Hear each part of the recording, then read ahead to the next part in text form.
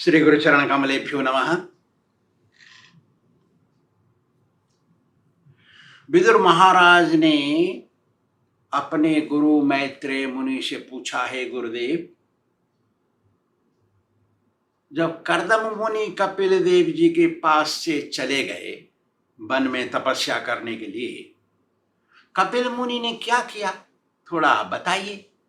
मैत्रेय मुनि बोले, अरे विदुर, भगवान कपिल देव ने बिंदु सरोवर में स्नान किया, स्नान करके नित्य कर्म अपना पूजा पाठ किया और पूजा पाठ से फारिग होके बैठ गए। कपिल देव जी को बैठे हुए देख करके उनकी मां देवहूति ब्रह्मा जी की बात को याद करके भगवान के पास आई। ब्रह्मा जी ने एक बार उनको कहा था कि तेरे गर्भ से भगवान पैदा होंगे, तुझको आत्मज्ञान देंगे जिससे तुझे मोक्ष मिलेगा। इस बात को याद करके माता अपने बेटे कपिल देव के पास आई, लेकिन यह सोच करके नहीं आई कि ये मेरा बेटा है, सोच के आई कि ये भगवान है, मुझे अभी आत्मज्ञान देंगे। ऐसा सोच करके और कपिल मुनि से देवहूति ने पूछा, निर्विण्णा नितराम भूमन असद इंद्रिय दर्शनात् येन संभाव्यमानेन प्रपन्नांधम तम प्रभो। हे भगवान, विभो मीन्स, विभो का अर्थ होता है बड़े से भी बड़ा, भगवान से बड़ा कोई नहीं है। उनका नाम है असमूर्ध्व, उनसे बराबर और उनके बड़ा कोई नहीं है। मत्तः परतरम नान्यत् किंचिदस्ति धनंजय, मेरे से बड़ा और मेरे बराबर कोई नहीं है अर्जुन, सुन। तो ऐसा तो कपिल मुनि को माता बोलती है, हे विभो, हे भगवान, आप ही सबसे बड़े भगवान हैं। मेरी इंद्रियां मुझे बहुत कष्ट देती हैं, ये भौतिक मार्ग में लगाती हैं। मैं इनको भौतिक सुख पहुंचाते पहुंचाते थक गई हूं। आप मेहरबानी करके मुझे बताइए, मुझे क्या करना चाहिए। देवहूति को एक वरदान था कि वो 16 वर्ष की उम्र से कभी बढ़ेगी नहीं, हर समय जवान रहेगी। 10 बच्चे पैदा हो गए, 9 कन्याएं, 1 पुत्र, तब भी वो 16 वर्ष की ही रही। तो वो पूछ रही है, मैं थक गई, भौतिक वस्तुओं को देते देते इन इंद्रियों को ये तृप्त नहीं हो रही हैं। आप मेरे से ऐसे आए हैं जैसे सूर्य उगता है, मेरे से उदय हुए हैं आप, लेकिन सूर्य की तरह। इसलिए सूर्य जैसे अंधकार को निकाल देता है, भगा देता है, ऐसे ही मेरी अज्ञान अंधकार को भगा दीजिए। हे भगवान, मेरी सहायता कीजिए, मुझे जानने की इच्छा है, प्रकृति और पुरुष क्या है, आत्मा क्या है, ये संसार क्या है, मुझे थोड़ा बताइए। हे भगवान, आप तो ज्ञानियों में सर्वश्रेष्ठ हैं, आपसे बड़ा ज्ञानी कोई नहीं है। आपके पास में आ गए, मेरा तकदीर अच्छा है, आप मुझे बताइए। तो मैत्रेय मुनि कहते हैं, इन बातों को सुन करके भगवान बड़े प्रसन्न हुए। कपिल मुनि बहुत प्रसन्न हुए। क्यों? कि इन उत्तरों से सारी दुनिया की भलाई होगी, सारे मानव समाज का कल्याण होगा, इसलिए खुश हुए वो। और बोले देखो मां, आध्यात्मिक मार्ग ही सबसे श्रेष्ठ है। भगवान का भजन करना सबसे श्रेष्ठ है। हरे कृष्ण कृष्ण कृष्ण हरे हरे, हरे राम राम राम हरे हरे। इससे श्रेष्ठ इस दुनिया में कुछ नहीं है। मनुष्यों की भलाई में यही एक काम आएगा, यही एक मार्ग है, भलाई का मार्ग। इस मार्ग को अपनाने से, अरे मां, दुनिया के सारे कष्ट अपने आप चले जाते हैं। कष्ट आने वाला कष्ट भी आना बंद कर देता है। कष्ट जो भोगा जा रहा है वो भी चला जाता है। इसकी कारण भगवान बोल रहे हैं, मैं नहीं बोल रहा इस बात को, भगवान बोल रहे हैं। इसलिए भक्ति में डूब जाना चाहिए, इसी में डूबे रहना चाहिए। और फिर क्या? ना शाश्वत शांति मिलती है। जो जो सुख कभी नहीं जाएगा। सुख भोगते हैं थोड़ा सा चला जाता है, फिर दुख आता है, लेकिन ऐसा सुख मिलेगा जो जाएगा ही नहीं। इसलिए भगवान की भक्ति श्रद्धा पूर्वक दिल लगा करके करते रहना चाहिए। कभी कभी कलयुग परीक्षा करता है, कष्ट देता है भगत को, लेकिन वो कलयुग का दिया हुआ कष्ट है, हमारे कर्म का कष्ट नहीं है। कर्म का कष्ट तो भग गया भक्ति करने के कारण। तो भगवान देखते हैं ये कलयुग की परीक्षा पास हो जाएगा क्या फेल हो जाएगा, देखते हैं। तो कपिल जी कहते हैं, हे मां, जो ज्ञान मैं तुझे देने जा रहा हूं, यही ज्ञान मैंने नारद मुनि और अनेक अनेक ऋषियों को पहले दी थी। इसका मतलब यह है कि कभी नया ज्ञान नहीं लेना चाहिए, शास्त्र का ज्ञान ही लेना चाहिए। कथाओं में वार्ताओं में नहीं डूब जाना चाहिए, बहकाने में नहीं आ जाना चाहिए, क्योंकि बहकाने वाले बहुत हैं। जो बहक जाएगा उसी को बहकाते हैं। वो जो बहक नहीं सकता है उसको कैसे बहकाएगा कोई। इसलिए कृष्ण भक्ति में ही डूबे रहना चाहिए, जिससे बहकाने वाला कौन है और सत्य बोलने वाला कौन है वो समझ में आ जाएगा। तो भगवान बोल रहे हैं, चेत खलवश्य बंधाय मुक्तये चात्मनोमतम गुणेशु शक्त बंधाय रतम वा पुंस मुक्तये। ऐसा ही श्लोक भगवत गीता में मिलता है। मन एव मनुष्यानाम कारणम बंध मुख्य। मन ही एक है जो मोक्ष दे देगा। भक्ति में लगा देगा, लग जाएगा तो मोक्ष मिल जाएगा, और भक्ति में से छुड़ा के भौतिक मार्ग में ले जाएगा तो नरक में घुमाएगा। मन ही है एक। मन कहेगा चलो मंदिर भक्ति करेंगे, चलो गुरु जी से मिलेंगे, प्रणाम करके आएंगे। मन कहेगा नहीं नहीं, क्या करना है वहां, चलो आज सिनेमा देखने जाएंगे, दोस्तों से मिलेंगे। देखिए मन ही तो है। इसलिए हे मां, इस मन को बस में करके रखना चाहिए, विषय वस्तुओं में नहीं लगाना चाहिए। विषय वस्तुओं की तरफ जाए तो उसको खींच के लाके भगवान की भक्ति में लगाना चाहिए। यही एक उपाय है। जो आदमी शुद्ध दिल से भक्ति करने लगता है, वो भक्ति उसको भगवान को पकड़ के ले आके दिखा देती है। भगवान आगे बोल रहे हैं, न युज्यमानया भक्त्या भगवती अखिलात्मनि सदृशोस्ति शिव पंथा। शिवा माने शुद्ध, सदृशोस्ति शिव पंथा भगवत योगिनाम ब्रह्म सिद्धये। अंग्रेजी बोल रहे, आदत पड़ गई है। तो ये बोल रहे हैं कि इस संसार में मनुष्य के लिए भगवत प्राप्ति के अलावा दूसरा असली मार्ग कुछ नहीं है। भगवत प्राप्ति भक्ति करने से ही होगी। जिसकी हरि में प्रीति हो गई है वो तो और कुछ नहीं करेगा। संसार का काम और भक्ति के समान और कोई मंगलमय वस्तु इस दुनिया में नहीं है, ऐसा उसको पता पड़ जाएगा। भौतिक आसक्ति एवं भौतिक वादियों के साथ संगत, जो भगवान का भक्त नहीं है उसी में लगते हैं। देखो लाल कपड़े पहन लिए, घर से संबंध नहीं रखना चाहिए।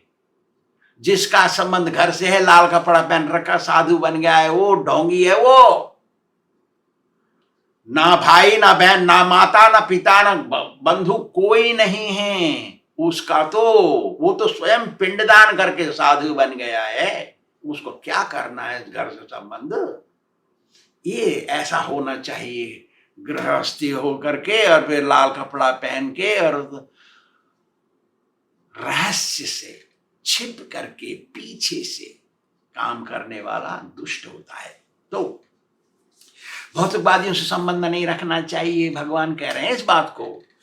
और भगवान और दिल से साधु की संगत करना, भगवान का भजन करना, भक्ति के कार्य करना, ये करना चाहिए। इससे आत्मा की उन्नति होगी।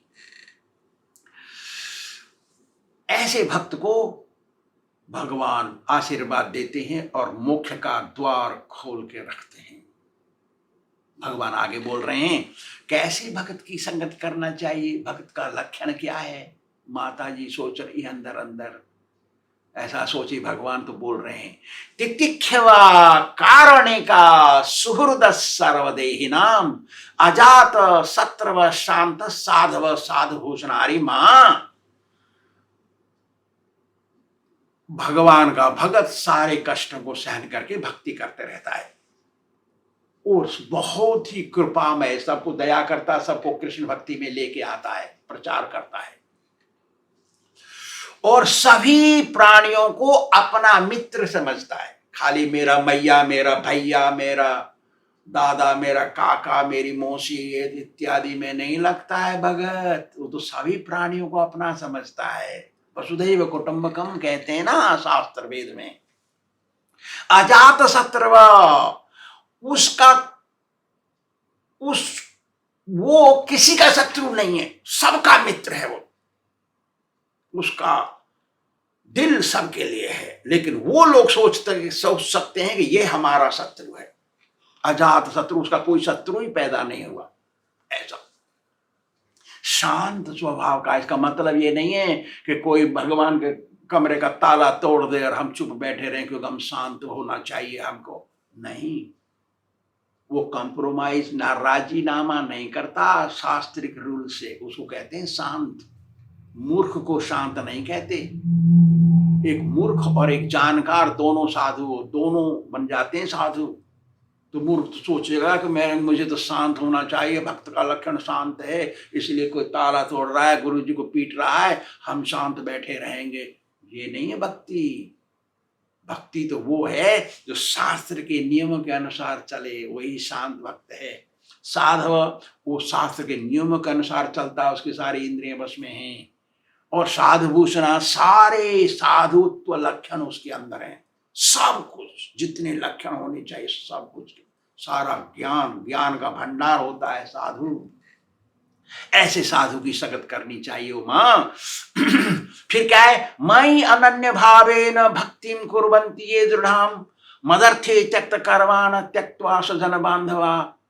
अनन्य भाव से मेरी भक्ति करता है। अनन्य, अन्य माने दूसरा कोई नहीं कृष्ण के सिवाय, दूसरा कुछ नहीं, किधर भी नहीं जाएगा उसका मन।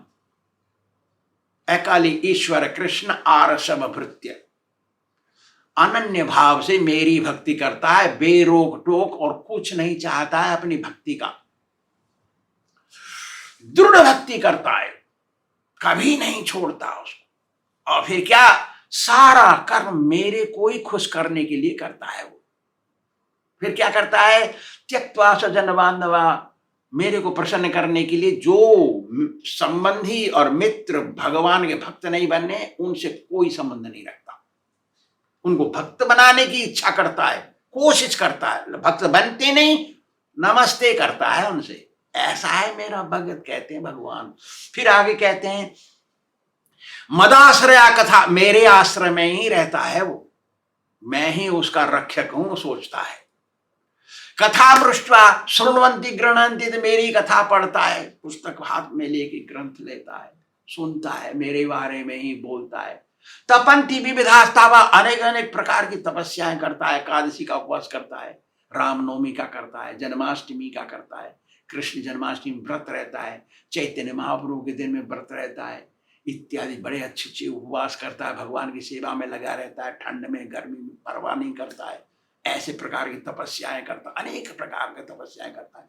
नहीं तार मदगत चेत, कभी मुझे नहीं भूलता है, मेरे को हर समय याद रखता है। ऐसा भगत, ऐसे भगत की संगति करनी चाहिए।